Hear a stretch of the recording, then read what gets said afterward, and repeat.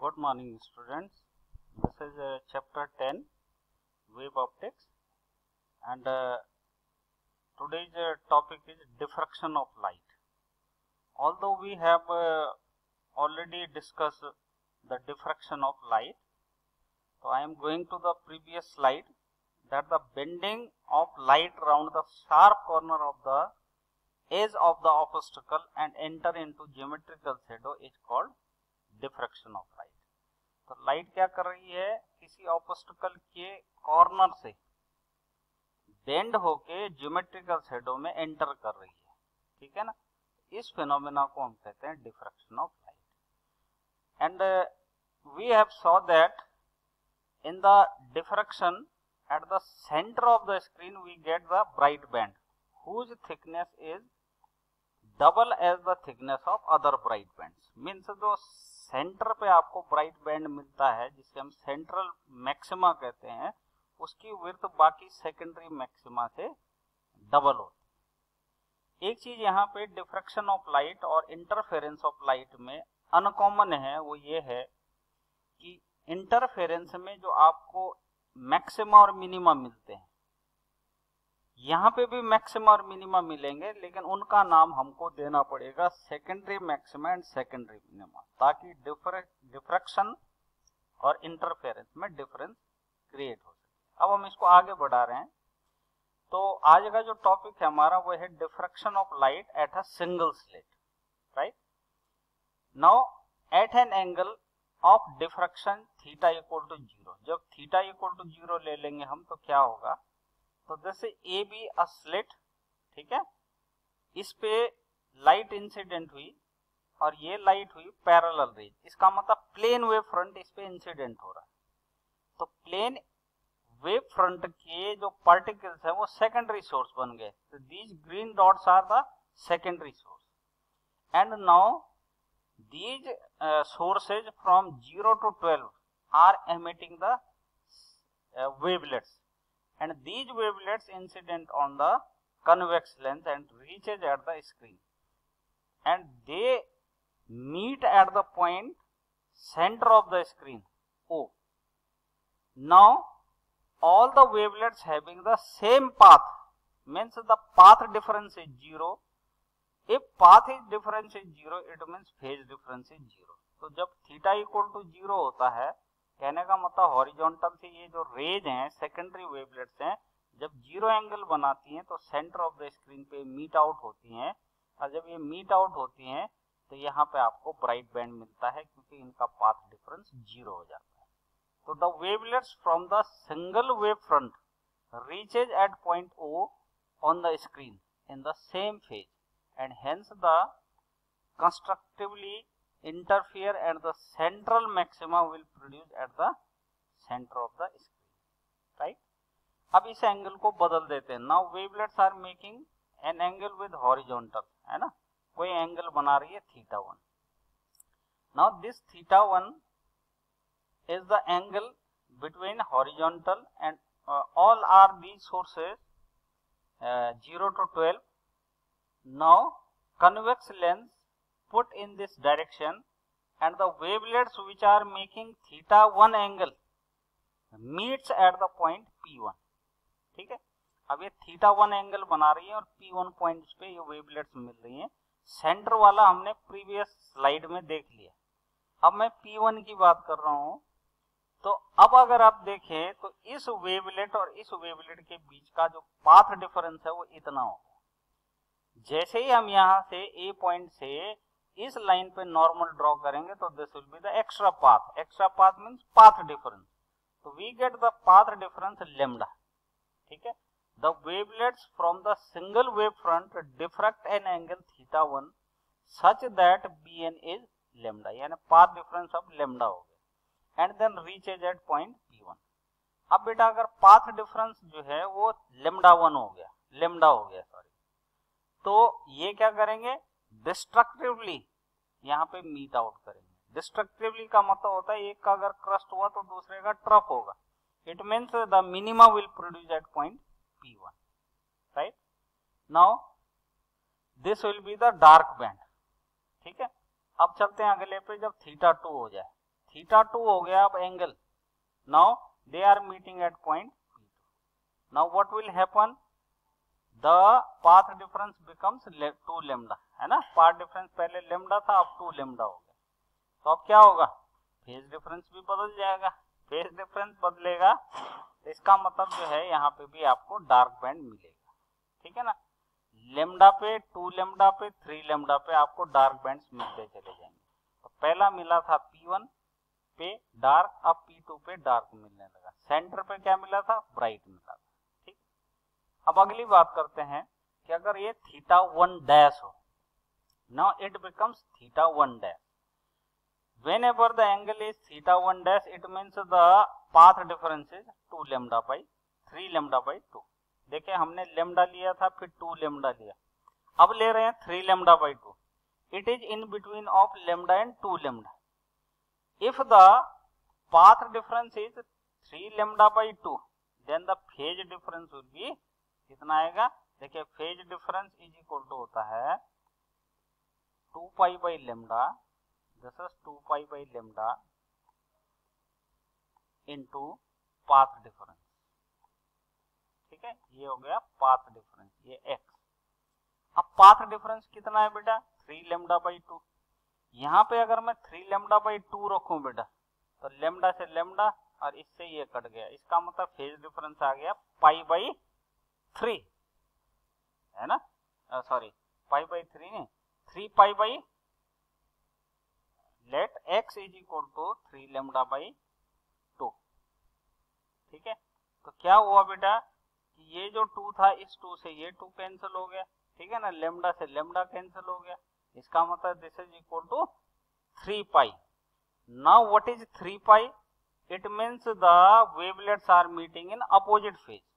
एक का अगर क्रस्ट है तो दूसरे का ट्रफ है, तो you will get the dark band at point P1 dash. देखिए P1 पे क्रस्ट के ऊपर आ रहा था, P2 पे ट्रफ के ऊपर आ रहा था, P1 पे क्या हुआ, एक का क्रस्ट और दूसरे का ट्रफ आ गया. क्यों, क्योंकि पाथ डिफरेंस जो है 3 लैम्डा बाई 2. नेक्स्ट पे चलते हैं. अब की बार क्या करते हैं बेटा कि आपके पास पहले आपने लिया था, मैं प्रीवियस स्लाइड पे चल रहा हूं, पहले आपके पास पाथ डिफरेंस था फर्स्ट स्लाइड में 0, फेज डिफरेंस भी 0 हो गया, तो आपको ब्राइट बैंड मिला. सेकंड स्लाइड में आपने देखा कि ये जो है θ1 एंगल था, लेकिन जो पाथ डिफरेंस था वो था लैम्डा, तो आपको यहाँ पे ब्राइट बैंड मिला, सॉरी डार्क बैंड मिला यहाँ पे.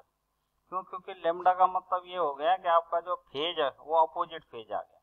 फिर अगले केस में θ2 था, पाथ डिफरेंस हो गया 2 लैम्डा. 2 लैम्डा का मतलब again they are in opposite phase, तो डार्क मिला. फिर उसके बाद आपने क्या करा, θ1 डैश ले लिया.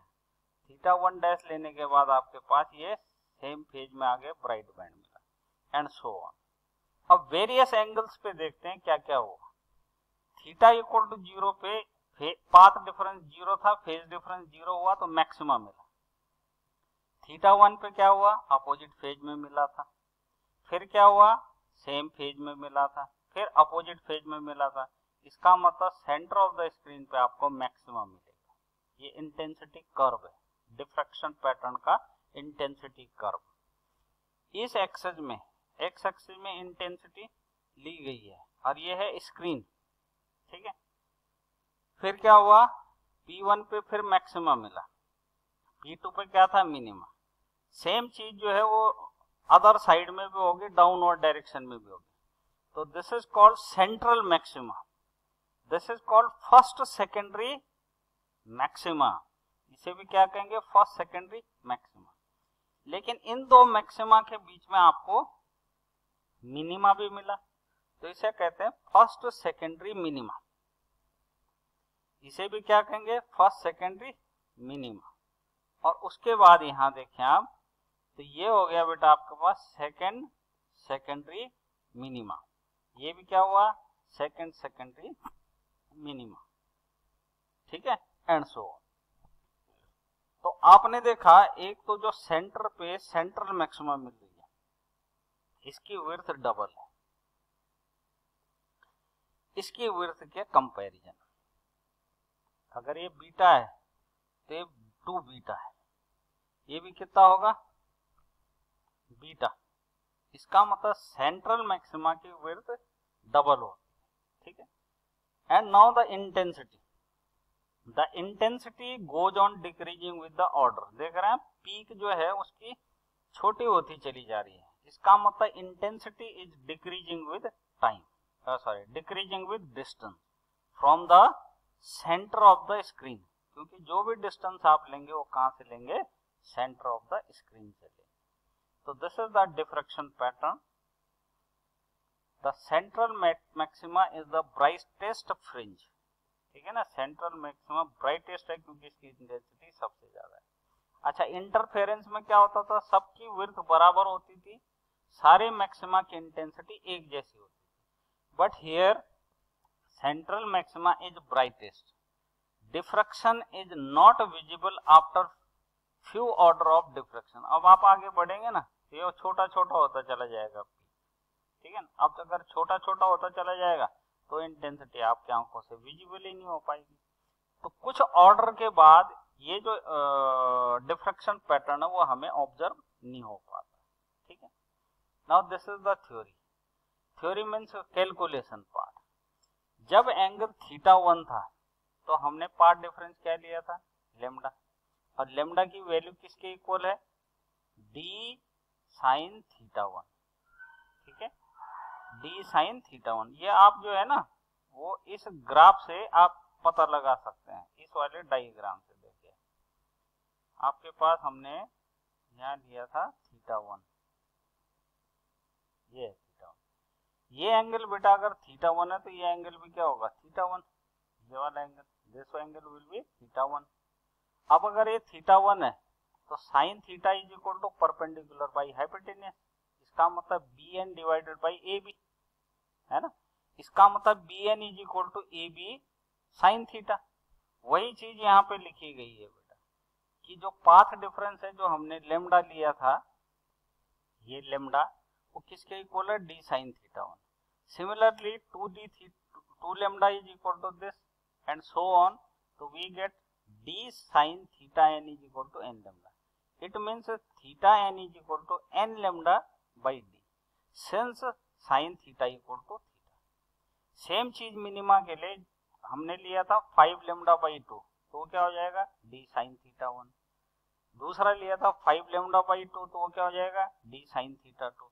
It means d sin θn dash is equal to 2n plus 1 lambda by 2, क्योंकि ऑड मल्टीपल आ रहा है। अब इस साइन थीटा की जगह थीटा रख दो तो आपके पास थीटा एन डैश आ जाएगा इतना, ठीक है ना, यानी साइन थीटा की जगह थीटा रख दिया गया, ठीक। अब हम width of central maxima find out कर रहे हैं बेटा, यानी उसकी विड्थ कितनी होगी। तो देखिए बेटा ये जा रही है y1 ऊपर और y1 नीचे भी जाएगी, इसका मतलब उसकी विड्थ कितनी हो जाएगी। अगर मैं इस y1 की वैल्यू निकाल दूं तो इसका मतलब इसके डबल हो जाएगी। इस ट्रायंगल से जब θ1 एंगल है तो मैं लिखूंगा tan θ1 is equal to y1 by d, क्यों, परपेंडिकुलर बाई बेस 10। अब tan θ1 में θ1 बहुत छोटा है, इसका मतलब θ1 is equal to y1 by d, ठीक। पिछले केस में हमने देखा था d sin θ1 is equal to lambda आया था, इसका मतलब θ1 is equal to lambda by d. हम इन दोनों को कंपेयर कर सकते हैं, इस इक्वेशन में भी θ1 की वैल्यू है, इस इक्वेशन में भी θ1 की वैल्यू है, तो राइट हैंड साइड हम इक्वेट कर देंगे, तो हमारे पास आएगा y1 is equal to d lambda by D, यानी मैंने ये डिस्टेंस निकाल दी। लेकिन अब मुझे विड्थ चाहिए तो मैं क्या करूंगा, इसका डबल कर दूंगा, है ना, y1 ऊपर और y1 नीचे, तो beta not is equal to आ गया हमारे पास 2d लेमडा बाई डी, इसका डबल होगा, ये आ गई width of the central maxima, ठीक। Now Fresnel distance. The Fresnel distance is the distance from the slit at which the spreading of light due to diffraction becomes equal to the size of slit, यानी जो diffraction pattern है उसमें जो distance है ना, वो size of slit के equal हो जाती है, जो साइज की विड्थ होती है, तो that is equal to this one, ठीक है। तो इसे कहते हैं फ्रेजनल डिस्टेंस, ठीक। Thank you very much.